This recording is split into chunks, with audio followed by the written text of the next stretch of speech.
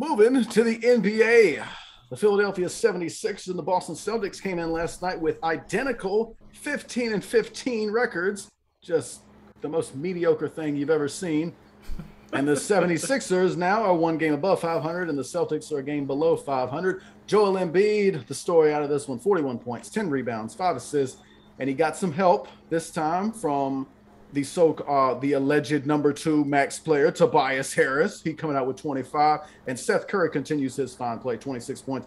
Jaylen Brown, the high man for Boston, with 30 points on 9 for 22. Jason Tatum, 17 points, but just 5 for 14. Drink, what are your thoughts on this one? Oh, well, Embiid is the man. Boston is in trouble because we only see the same 3 names that pop up for Boston: Brown, Tatum, and Smart. Freedom, nice try, but we still know who you are. And then we're looking over here at the 76ers. It's to the point that you made. The same point you made about Giannis. Listen, you know what you're going to get out of Embiid. You just need to know what you're going to get out of Harris and Curry. I think those are the second and third guys on the team.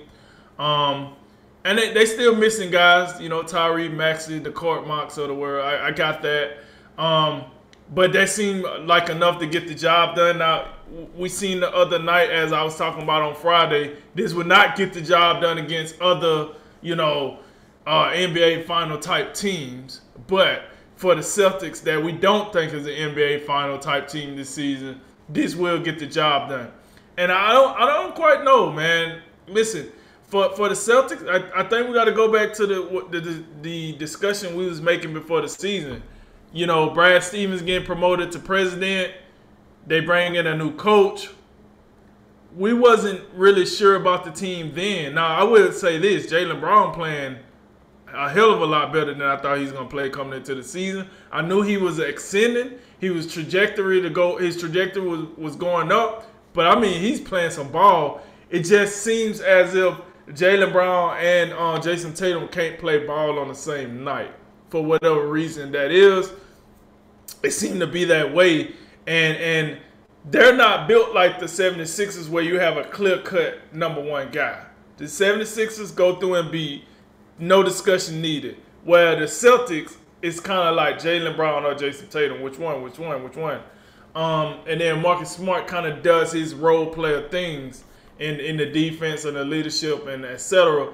I'm going to say, man, the Celtics just they look like a play-in tournament team, man. I mean, at best, they look like they'll be in the play-in tournament. Probably, maybe got enough talent to win that, go into the first round, and just get the rock bottom laid on them by the Nets or whoever else, number 1 or number 2 coming out of that tournament.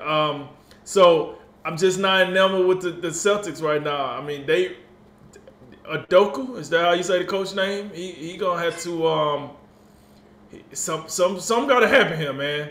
Some gotta happen here when we do the lead-ins and our 4th guy is Freedom, Cantor Freedom. Like, I'm not. He played 40 minutes last night. I'm just not. I mean, he did his thing from a rebound standpoint, but 15. I don't know. I'm just not enamored with that. And then, like I said, the 76ers, Embiid came to play. I like the facts that Tobias max contract Harris came out there in 41 minutes. He dropped 25. I would like to see more, but at least he did some. God, leash. And then, like you said, Seth Curry, he's been shooting the ball. I think he's probably been the most consistent number 2 guy behind Embiid thus far. He came and did what he did. They got the win. And it was, dare I say, it's a good win for the 76ers on the road. They had to go to TD Garden and get this win. That's one of the things I always knock on the 76ers for, is they just play so lackluster and piss poor on the road. You just never know. Good win for them. Boston not really scratching me as a realistic playoff team. Like I said, play-in tournament at best, and we'll see where we go from here. What say you, Jay?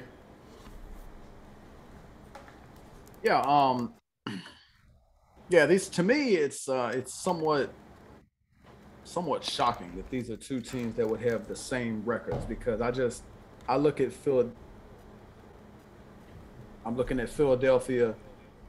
I'm looking at them and I'm saying, how you it would appear to me you got the best player in this game. Now I know I would say Jaylen Brown, Jason Tatum are 2 and 3, but after that, then Tobias Harris probably 4. But then the depth of the Philadelphia 76ers, and they ain't had much depth last night. That would go to that singular bench point that they came out there with.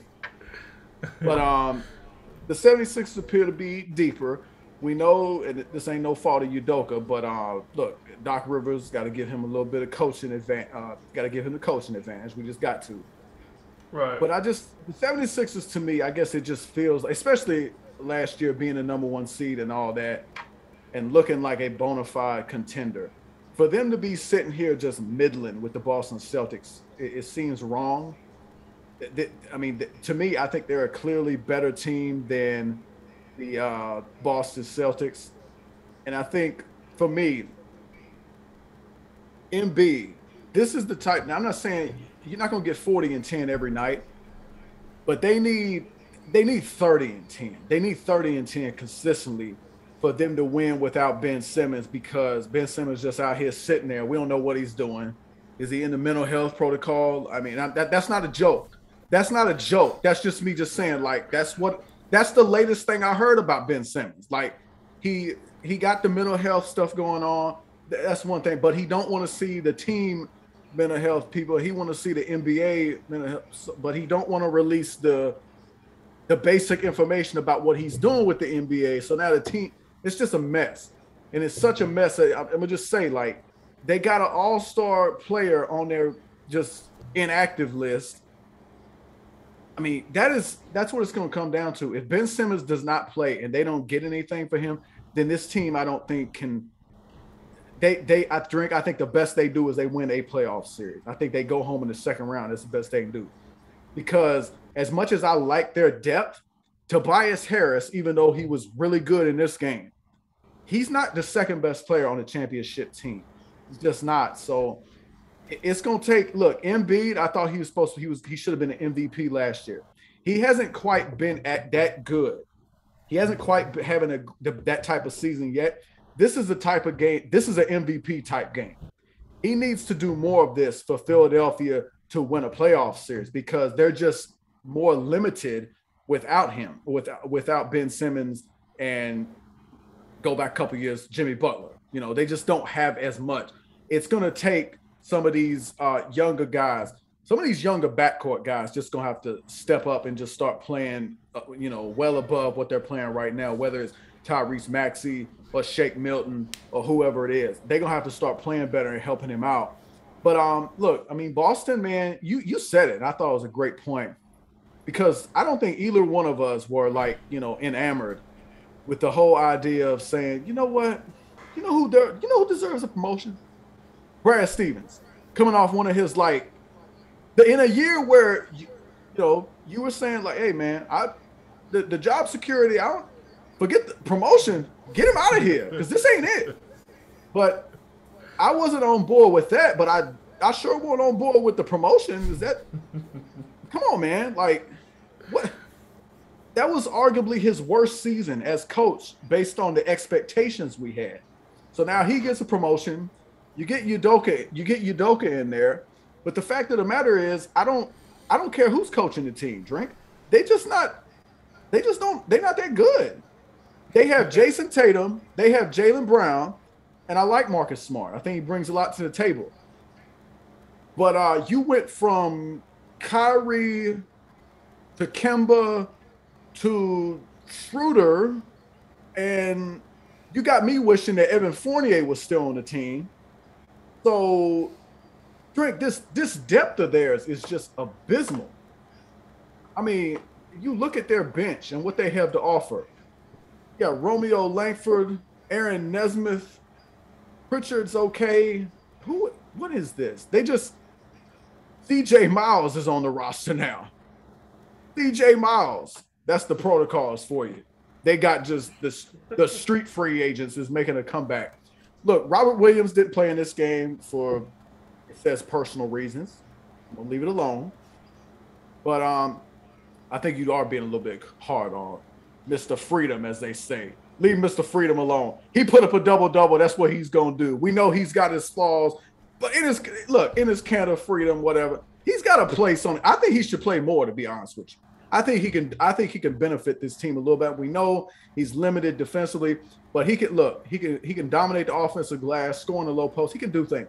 But I think Jaylen Brown and Jason Tatum, they for them to win at any type of consistent level, they got to play well together, because after that, they just don't have the quality depth that they used to have, like Al Horford, for instance.